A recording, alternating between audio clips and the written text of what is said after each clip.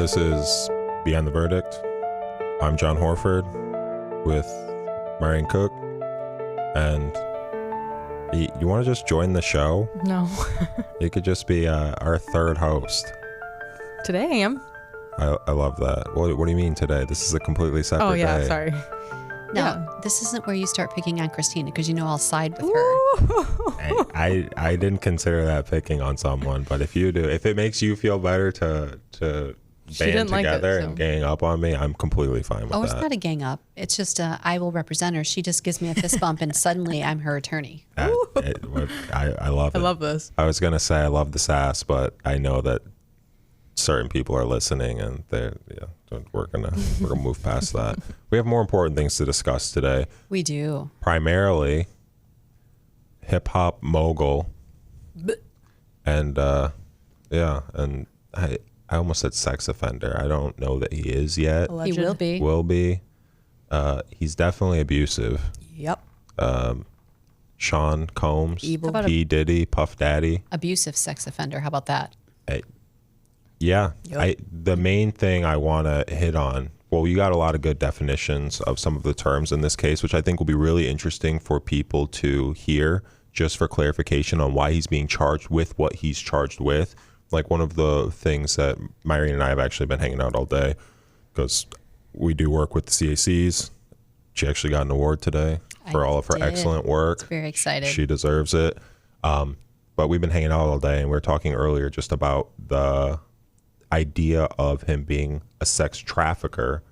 And I was like, yeah, we need to get a good, clean definition of that, because it's not sex trafficking in the way that you would typically think of a sex trafficker.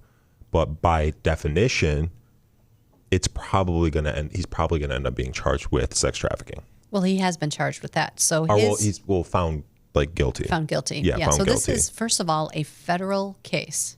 So it's federal prosecutors who brought this action against him. The FBI is the investigating lead on this, if you will.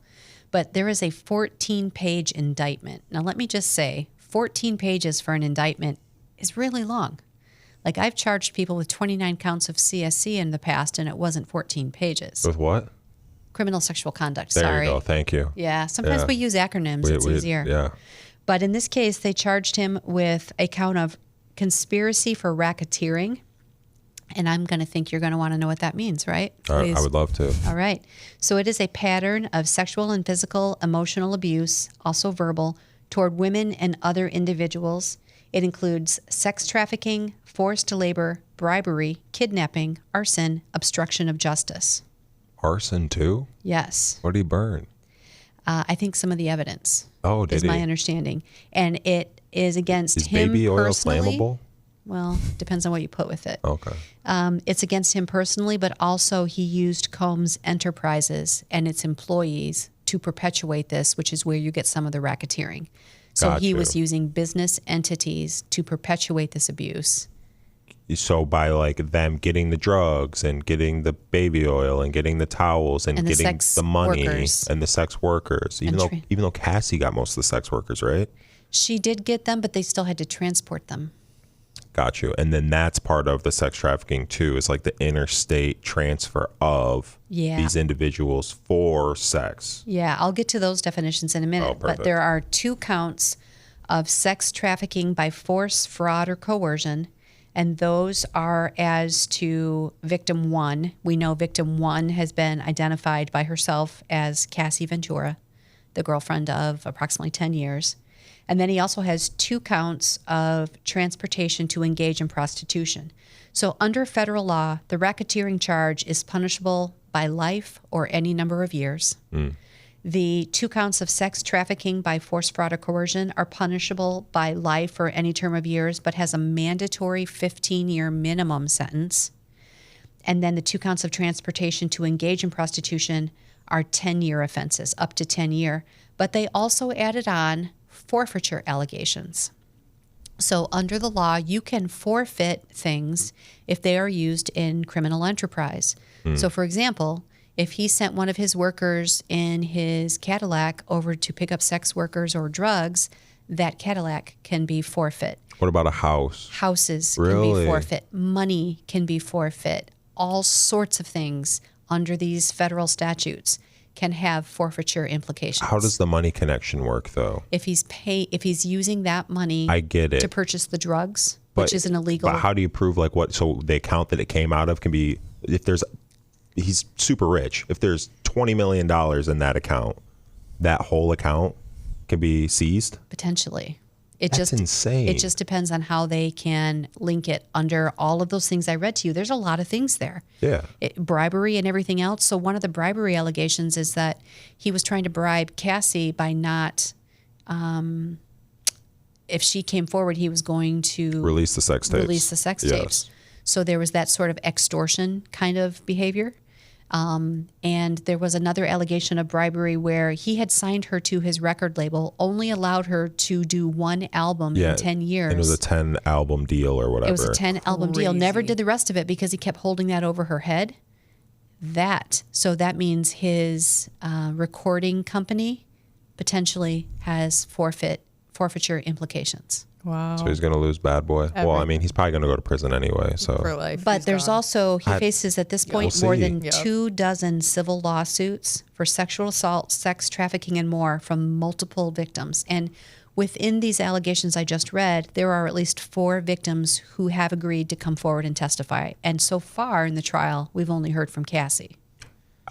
I think you've heard from some of the male prostitutes, though. Right, but these are 4 females.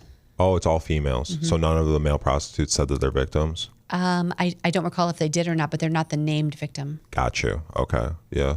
Okay. So 4 females going to come forward. The defense is going to say that they did this willingly. Yes. That they received money and gifts and cars and who knows what else. I know I was not listening to some of the testimony, but just like watching some of the videos and reading some articles. They were saying like one of the male prostitutes was like, yeah, I was expecting like $200 and I got like a few thousand and, you know, like got to sleep with Cassie and, you know, Diddy just had to be there and sometimes he got involved and there's some other like details that I don't know if we want to talk about on this podcast. We don't need to go into the graphics. It's gross. Okay. It is a little gross. You guys should know. I don't know. Is that something we should talk about on the podcast though? Why are you looking at me? This is your podcast. I don't know. You're one of the hosts now. You're the third host. Okay. You know, I think we can get into some of the things when we talk about some of it. But I think first, let's look at those definitions. Okay. So the action is what gets him in trouble. And the action is the recruitment, the harboring, the transportation, the provision, the soliciting, obtaining, using, providing for purpose of commercial sexual act. But why commercial sexual act? Well, and commercial sexual act is defined any sexual act performed in exchange for something of value. Okay, but let's be honest. That's like every relationship ever, almost, right, but in I'm a sense. not done yet. Okay, There's more elements. Sorry. Yeah, you got to listen to them all. So then the means is how. How does he do those things? It can be by force, physical force. It can be by fraud. Fraud can include false promises of employment, economic coercion, emotional manipulation, grooming behaviors, or psychological pressure, or any other type of coercion. And in this 14-page indictment, they actually talk a little bit about that victims may initially consent to participate, but under federal law, that consent is invalidated if they are subsequently forced, abused, or coerced. See, with hearing these definitions, you would think with all of the people out there who have made accusations against people of like sexual assault and things of that nature, that there would be way more people charged and found guilty than there would be. You have multiple victims. It's really hard for one victim to come forward a lot of the time. But in this case, you have multiple people coming forward. You have multiple people who substantiate the lewdness, the craziness, the really far out, I don't know what word you want to insert. I hear awfully graphic stuff. Yeah. So why is Donald Trump not in? Why hasn't he been charged for that? I feel like the video of Diddy and Cassie in the hotel was like a bombshell of like people being like, "Oh, yeah, the video's bad," which is unfortunate. The video's bad, and obviously it's probably worse. Alex, can we throw the video in here? Oh my gosh! She talked about the fact that she was running out of that hotel room. She didn't want to do the things he wanted to do, and he basically beat the shit out of her and dragged her back. And she said that would happen more often than not. He would beat her. I think the word was, she said he would mash her face in.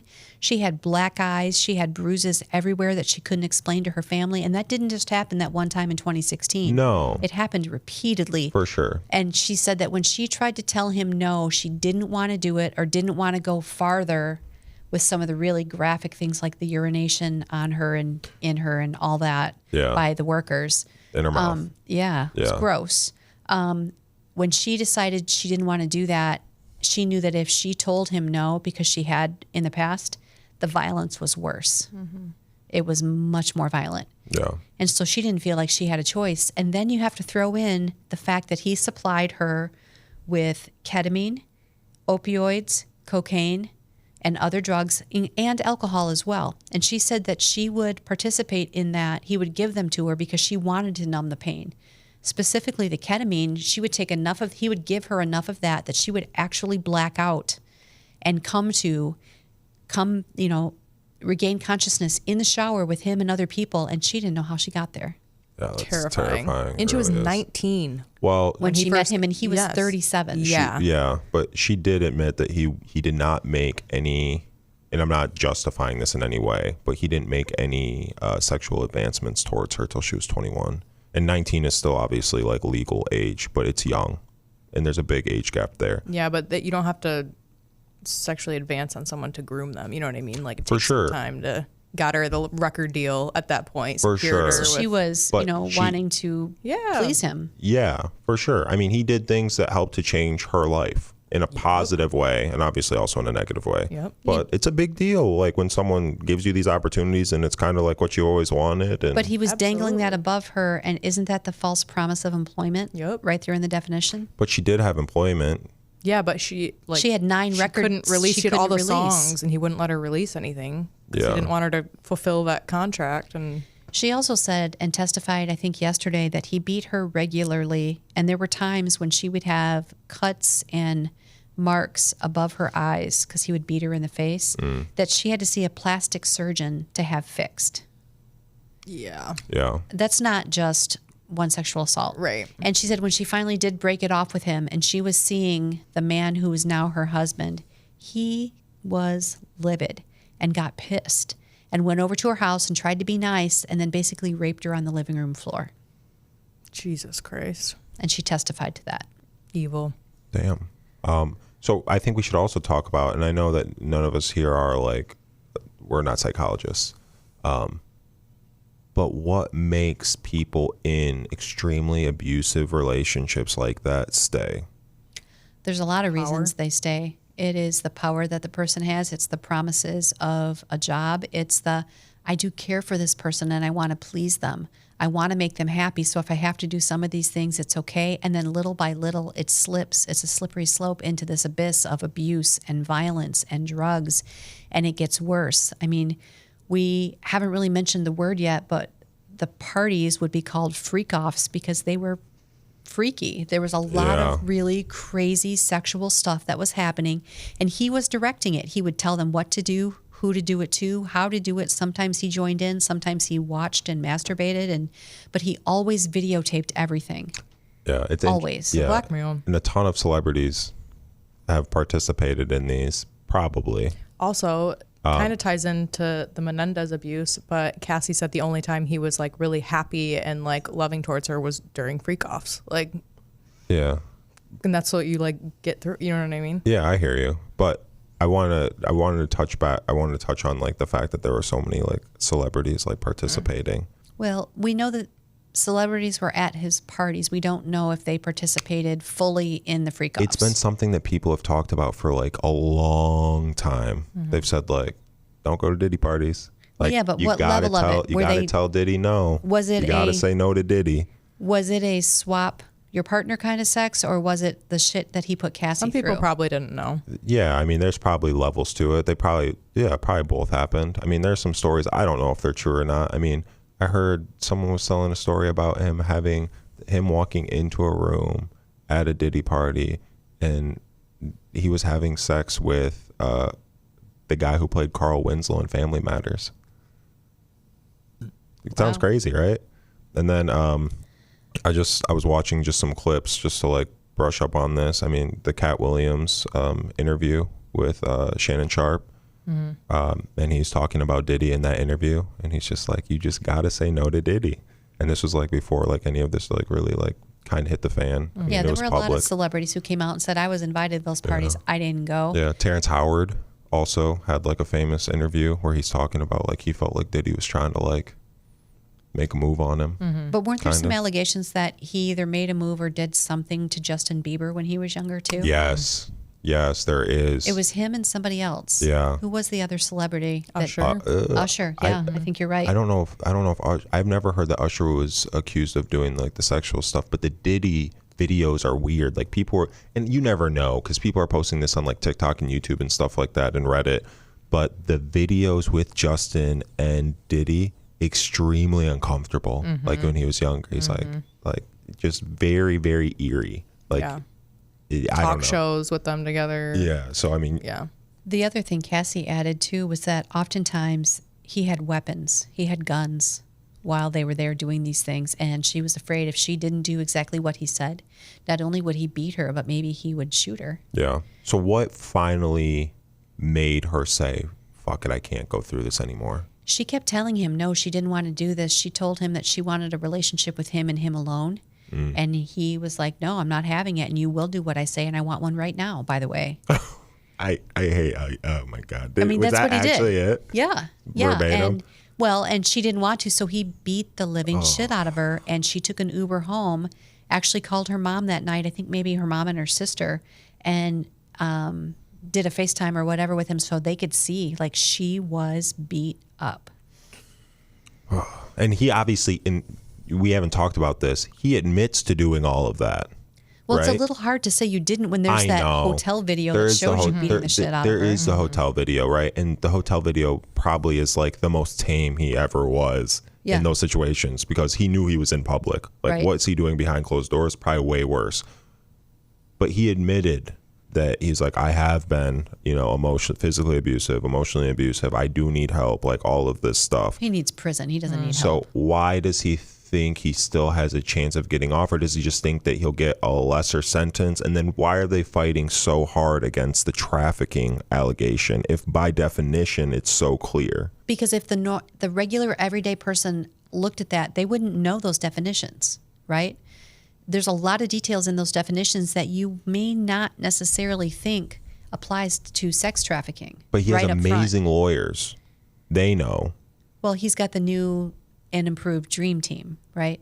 Yeah. So let's see if they're as good as the original Dream Team, because if they are, he's getting off. There's no way. So. He does not. OJ got off. I know, but OJ had some public support. Casey Anthony got off. That's true. God damn it. Well, because this is what he's gonna say.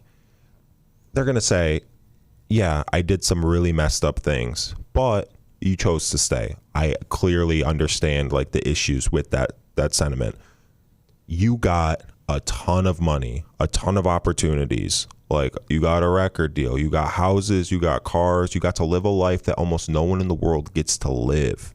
And you could have left at any time, what they're going to say. But she can testify that when she tried to, the violence was worse. Exactly. And she was scared. She was terrified. But she was also afraid, like this was her career. She wanted to be a music star. Yeah. She was promised a 10 record deal. She got one. And she was afraid if he released those freak-off videos, no other record label would touch her. And you know what? She might be right about that, right? Mm-hmm. I do think that the defense in their opening statement had to fall on the sword and acknowledge, basically, they didn't use these words, but basically their gist was, our client's an asshole. Is he abusive? Absolutely. Is he a jerk? Absolutely. Should he not be doing this? You're right. But that doesn't mean he's a sex trafficker until you look at those definitions. Mm-hmm. Yeah, but is it just he'll get the most jail time for those He'll charges? Get the most for the racketeering. Oh. That's a life offense. Well, so is the sex trafficking, but that one actually has a mandatory 15-year minimum. The racketeering doesn't. Oh, okay. So yeah, he could get the most for those. Yeah. So that's why they're pushing so hard for that. Right. They must feel like there's a way. I mean, to your point, you're saying it's really easy. It's really clear based on the definitions. Yeah, I mean, what's stopping the prosecution from being like explaining that very clearly? Like, these are the definitions. Nothing, and they should. But, you know, the defense was trying to be really sneaky a little bit, I guess. Sneaky is not the right word, but they filed a motion to try to prevent Cassie from being able to walk in the courtroom and sit to take the jury, to sit to take the witness stand. They wanted her to be seated in the witness stand, the jury brought in, and when she was ready to leave, they wanted the jury to go out so they wouldn't see that she's pregnant. She's like 8 months pregnant, so like to get pregnant. any type of sympathy. Yeah. I'm sorry. You know what? The law is very clear. You take your victim as you get them. And if at this point in time, this is what she is, this is what she is. Yeah. Yeah. Having to go through all this again while she's 8 months pregnant. That amount of stress while you're pregnant. Yeah. I mean, that's difficult. Yeah. Yeah. And I do know that they limited, so her husband now is able to be in the courtroom for a majority of everything. But when they start talking about the freak-offs, he is required by the judge to leave. Why? Because I think they said it's a possibility he might have to testify if she told him things. Oh, yeah. I heard someone say this. The, whole if she told him things is hearsay. So the only way they could get it in is if they try to impeach her, if she told him something that she says differently at trial. I think he's guilty. What do you think? For sure. I mean, we all know he's guilty. It's just to what extent is he going to be actually found guilty? Like for what charges? I think he'll be found guilty. But when they did the search warrants on some of his homes, they found some really, really gross amounts of things. Like what? Baby oil? 1,000 bottles of baby oil. That is crazy. Because lots of people are participating in this freak off. That's not even the worst thing. Like, no, they found a lot of other stuff. I was just giving you that as one example. Oh, yeah. What else? I mean, they mentioned Astroglide. What's that? Lube. Oh.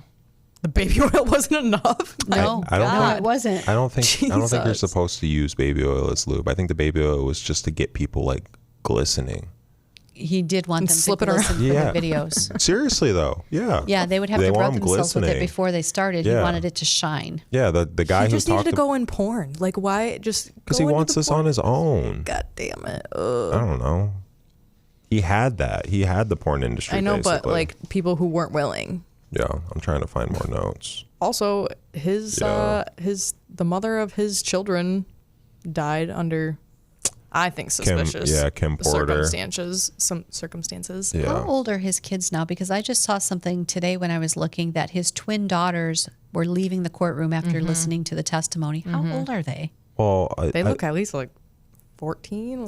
They might be older. 15, I think they're older than that. I don't know. I'll look it up real quick. But if that's you, would you want your kids to come listen to all the freaky sexual crap that you're doing? I wonder if he doesn't want them there, but they wanted to hear. No, I think he wanted his family there. To I think he wants supportive. Yeah. I think he wants to look like a good family man. Well, to listen. It's too late, bro. I don't think that ship has sailed. Come and listen to 18, 19, 18, 31, 27. Oh, they're 18. So 18. Yeah. And then you got to listen to, and I think there's more than that. Those are just the ones that I'm seeing that are coming up on this first search.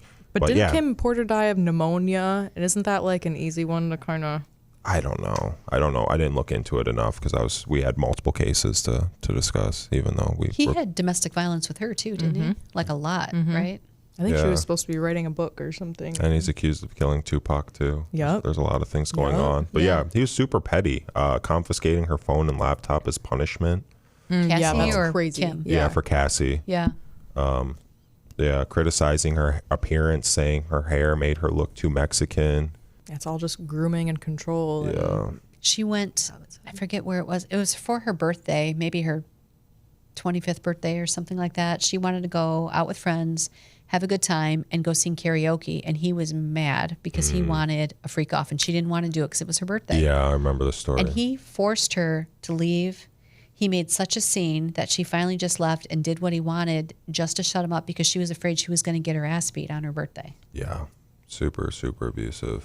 I did take notice of the fact that the media has said that the jury is taking a lot of notes throughout all of this, throughout her testimony so far.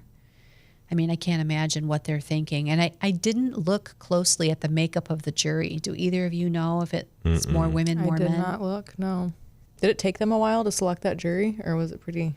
It seemed This like is it was a big case. It's a big case, but it seemed like it was a lot faster than the Karen Reed case or some of the other ones. Yeah. Isn't this also weird that they started sourcing these escorts originally from Craigslist? Like, I think that was pretty common back then. You're trusting someone from Craigslist to come in and have sex with your girlfriend? They probably paid extra for their silence. I guess, but I mean, that just seems like a weird place, especially if you're like that. What was the other famous. option online back then? But if you're if you're that famous, I just feel like you would have like industry options, you know? Well, maybe but he did have a binder of all of the male escorts that were possibilities, and he wanted to approve what they looked like. Yeah. And they all had to be black or Mexican or black or something. Like there's no white ones allowed or something. Once again, kind of controlling, right? Yeah, we all agree. And some was controlling. Like some with no protection. I'm pretty sure she got some STIs potentially. Did she? She had UTIs. Oh, UTIs. Okay. I thought there was something. But no, like in her mouth. Maybe. Oh, really? I could be wrong. She might have. I mean, all that unprotected sex, it wouldn't surprise me. That seems. Well, and with the urination in her mouth, that's really gross. Oh, God. She talked about that when she testified. That's not even the worst one. No, but just she talked about that, the others. And she said she wanted to stop. Like she said, I'm going to vomit. And he said, go ahead and do that and come back and finish. Ugh. Oh my God. Yeah. Like this was all about him for his sexual gratification. It didn't matter what anybody else wanted or thought. Yeah. But you know what? Not to shame anyone who likes urination. If that's what you're into, we're not shaming. It's not for us. It's consent. Right. It's consent. And she didn't consent. And willingness. 100%, Exactly. yes. That's the real issue here. Yeah. For the people. Yeah, the throwing up and coming back would not yeah. be like, she's happy to do this. Correct. Unless they're into throw up, which we're not. We're not shaming. We're not shaming Okay, people. we're going down a up rabbit either. hole here. We need to back out. We're trying to be thoughtful. We're trying to be thoughtful because it really is about her not wanting to be a part of that. Yeah. That matters the most here. Yeah. Well, it's that, and he plied her with drugs too. Yeah. Yeah, and if she wanted to take the drugs, that's another thing. numb But it. well, it's a mixed bag. Understandable. Yeah, for sure.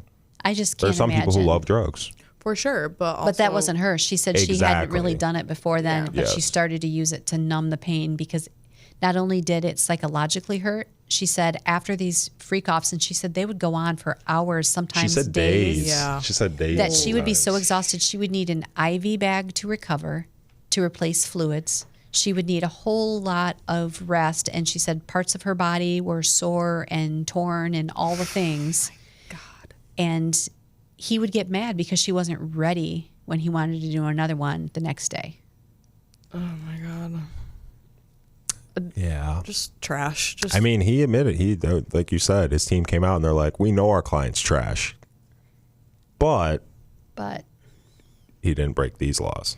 So I did hear that the prosecution is not going to play all of the freak off videos in their entirety. They're taking screenshots of the worst parts and showing those as like photos. Yeah, they were doing something else specific with the freak off videos. Like they're only the jury's allowed to see them. It's very private. So It's the very courtroom is private. open, That's good. but the I think jury that's is the good. only ones who will be Yes. able to Yeah. see what is shown, whether it's the videos or the photos. So people are basing what they think is happening on the reactions of the jury. Like, Can you Oh, you're imagine watching being a their juror, faces? on this? You have to be outright Yeah. disgusted. it's like if Oh, everyone yeah. else was Oh, over yeah. there and This is we the can all easiest see the case in my life. screen, and then they're just waiting for us to be like, Oh, so everyone's watching the reactions while they watch they're the videos. watching the reactions. They can't watch the videos, Right, But they but they can can see watch the jury's They can face. see their faces. Can you imagine though? Some of those jurors are probably trying to keep that straight poker face and not show anything. But I would imagine. Yeah. Do you want? Is that like? Why would you want to do that if it was horrible and like no one else is? Because you don't want to appear like you're biased already. Oh, can they like get rid of you? No, not necessarily. But if there's a guilty verdict, then they could come back and say, well, you decided that early on because you kept making those faces, and then you'd glare at my client. So therefore, you must have been biased. And some appellate court down the road might buy that and overturn a conviction. Ah, okay. Wild. So Yeah. so there is Yeah. consequences. It's really hard when you're in the courtroom because as prosecutors, you have to keep a straight face too, no matter what. And it's really hard when you've got, a 6-year-old on the stand telling you about the horrible things their grandpa did. And you just want to cry too. And you're like, I can't. I got to keep a straight face. Or when I get really, really, really pissed off at a defendant who's on the stand lying their ass off, or saying other things or pointing the finger at the victim, I want to just growl at them. And growling apparently is not appropriate. Have you tried? No, but I did have a jury tell me one time. So I was doing this case on criminal sexual conduct on a bio father on his 9-year-old daughter. He did it between 9 and 11 before she finally told. It was every type of penetration you can imagine, including sex toys. And this young girl was having such a hard time that I felt horrible. Like I couldn't stop it. She needed a minute. So I would pretend I'm like fumbling for a second. I'm like, Judge, just a minute. Just giving her time to take a breath.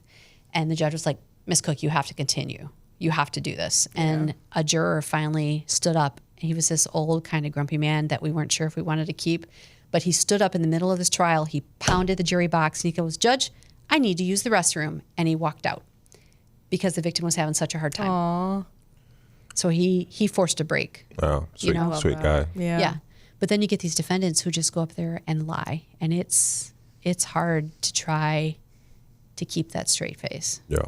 And not lose your anger. But I had another juror tell me at one point, this juror asked me at the time, he said, are you married? And I'm like, why? Because I always go back and talk to a jury after they come back guilty or not guilty. I usually have to pause a few minutes if they're not guilty so I don't like lose my cool. But I want to know what they thought, why they felt that way, right? So maybe next time I can do something a little different. But this particular juror said, I convicted this guy. I think he's a pedophile. But for a minute when you were cross-examining him, I felt bad for him because you were so incredibly attacking.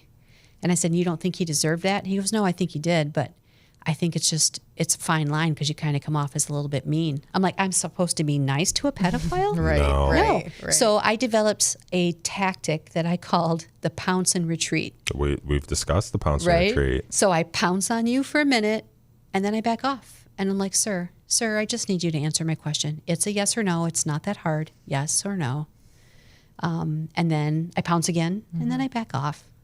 And doesn't that make me sound nice? Yeah. Like so that tone, nice. You hear the tone change? Like I'm so friendly. Except it's very devious. I can hear, I can hear. That's because you know me. It is because I know you know. Correct. Yeah, I don't know how you handle being in those situations, like that case you're talking about, the bio dad and the girl from 9 to 11. Like, that person should be dead. Yeah. Like they should die. Like, During this case, it went on for a long time, and I convicted him. Well, the jury convicted him. He got a sentence of 20 to 40 years. After 4 years, he got out on appeal. He got out? For ineffective assistance of counsel. And so I went back to that young lady and I said, we have the choice. I'm not going to make you do it twice, but if you're willing, I'm willing. And she said, yeah. So we did the trial again, and he got convicted again, which is great. He's still in prison.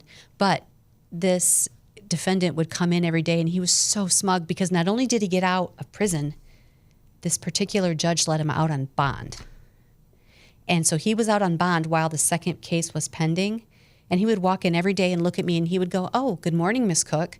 And after like maybe the second day, I said, I don't speak to pedophiles, so shut up.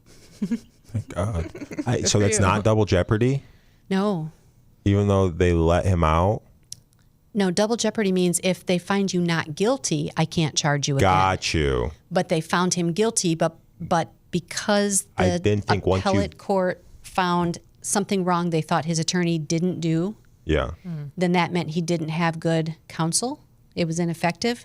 So it overturned the entire thing. But that's my point. So it overturned the entire thing, but then you can still be charged for it again now? Yeah, because it wasn't if it's a not guilty, I can't do it twice. Got you.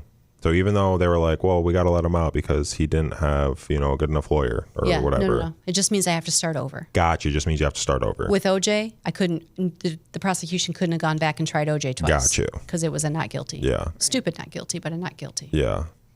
Yeah. So Cassie Anthony's just free and clear. Ugh. Yep. Okay. Being a legal influencer. She's a legal influencer. Yeah. Whatever. That's the term. All right. Back to Sean Combs. Anything more on that one? Jeez. Yeah. That was an off-ramp. Probably more. I mean, this is the very beginning of this trial. So we'll probably come back with another episode with more details. I mean, we could even talk more about like his past and just what he's gotten into and things like that. I don't know. People, you let us know what you're interested in hearing. There's a ton of people covering this case right now too. So maybe you're getting enough of that somewhere else. For our listeners, I would like to know what the two of you think. Number one, guilty or not guilty. But number two, second question. Why are we asking that? No, listen. Do you think he will testify in his own defense? Yes. You think he will? Yes. I think I he think he'd be is so stupid. conceited. Well, yeah, he would be, but I think he's so conceited that he can control everybody. Yes. He's going to try and gaslight everybody. He will. Yeah. He's going to go up and say, I was a monster. I was a horrible person, but I'm not guilty of this. I think he has to, because if he doesn't... He already has. He did a video. He put out a video saying that. Right. If he doesn't, what? He'll do it. If he doesn't do it, then the jury is left with he is a monster. And if he did that, then the propensity to do everything else he's accused of is probably there too. Yeah, Right. He's doing it. So I think he has to fall on the sword and say, yeah, I'm an abusive asshole, but I didn't do that. Yeah, he already has, is the point. Like, so why wouldn't he just do it again? He made that video and released it, like, saying all that stuff. Like, he's going to do it again. But what witnesses are they going to get to come in and testify to his character? None, just him. They could get witnesses to come in and just say, like, how generous he is and the things that he did to put people in positions to be successful. Obviously, he was extremely manipulative. Yeah. With that. Yeah, there's that. But they'll probably get people to come in and just be like, imagine if someone came in and gave you this offer, like, what would you do? Like, there's a lot of people who would say yes if they didn't know all the, like, you know, all the horrible, horrible details. And it's just like, you may have to participate in this stuff. You may have to, you know, have sex with multiple people, and you may have to, you know, rub semen on your husband's nipples. Ew. Have you heard any celebrities? You had to get it in there, didn't you? Have you like heard, what? I'm taking this back now. Stop. Have you heard any celebrities who are standing by him? No, but they're probably some of them were terrified. Probably. I heard one. Who? Kanye. Oh God, of course. That doesn't surprise me. Yeah, the guy who's like, I He wish said Hitler was still alive. He's got Diddy's back, and I don't want to know anymore It's what like that the means. last person in the world that you want to have Diddy. I mean, who knows? Maybe they've had sex with each other. I don't know. Whoa. Well, Kanye just recently admitted to sex with a cousin, right? Yeah, he did. I mean, Dude, just keep some things to yourself, man. I think he just loves attention, which is weird, which is sad, because he's kind of a musical genius. He's just freaking crazy. Yeah. well, there's that. Yeah. Also, real quick, before we wrap up this episode, I really do want to circle back to the Donald Trump thing. How does someone like Donald Trump have that many accusations against him, like sexual allegations against him, and then also get caught on camera being like, yeah, when you're famous, you grab a woman by the pussy, you can do whatever you want. And then he faces like no repercussions for any of those. There's a lot of them. It's like 27. It's like a lot. Mm-hmm. Why is there no repercussions for that? Or why is that not taken seriously? I'm not saying that's not or shouldn't be taken seriously by any stretch. I think the comment he made in the locker room was what they attributed to, for lack of a better phrase, locker room talk. I'm not condoning it. I'm not saying any of it's right by any means. Don't yell at me. I'm not a yeller. But I think the difference is that these women were a one-on-one started, and it was consensual to some degree, at least. Less witnesses. Well, Right, less witnesses, but it wasn't at the same time, so they don't have Diddy the would say that too. No, but they don't have the racketeering thing. It's entirely different. Yeah.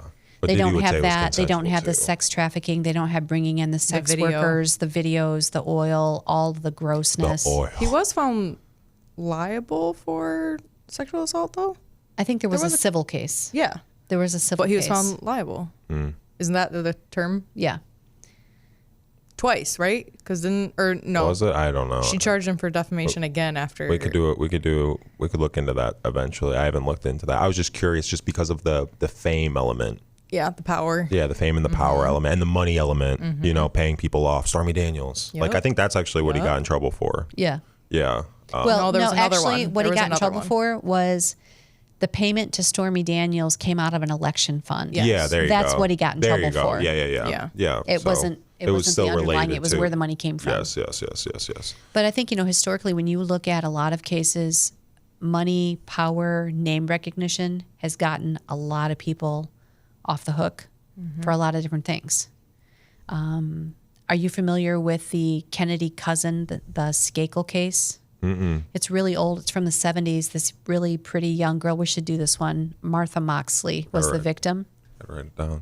And allegedly she was killed by a cousin of one of the Kennedys, and with a golf club. They were neighbors, and he hit on her, and she wasn't having it, and she liked somebody else, and she was like maybe 15-ish, 16. Oh, really young. Yeah, and he was pretty young too. But they found like the broken golf club in pieces by her. It was a golf club that his mother had, like a set his mother had. And ironically, that one club was missing. I mean, there was a lot of details on this. And for years, they said he did this. They tried him a second time, and I don't remember what happened, but that might be a good one. But the Kennedy name in that one carried a lot. Mm-hmm. So he got off.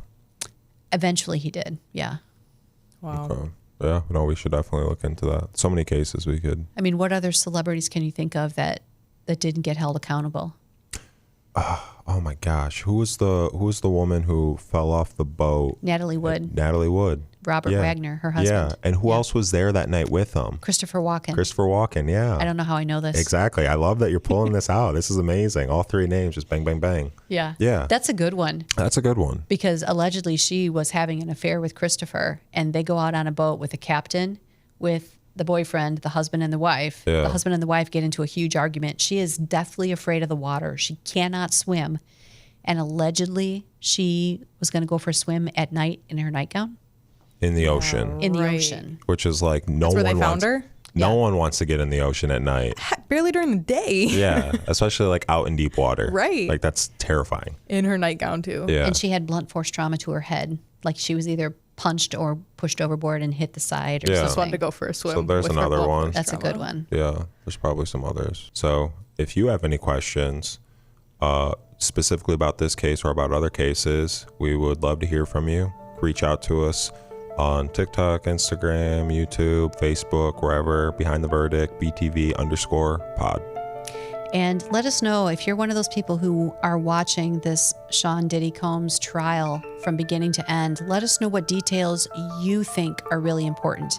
We're trying to catch up with it, but there's a lot of details that come out every day, and we don't want to miss anything. Yeah, Myrene's great at providing clarification just based on her experience as a prosecutor, too, for some of these terms. So, please ask, or I guess you could Google it. You can find us. You can find us wherever you listen to podcasts. Thanks for listening. Thank you.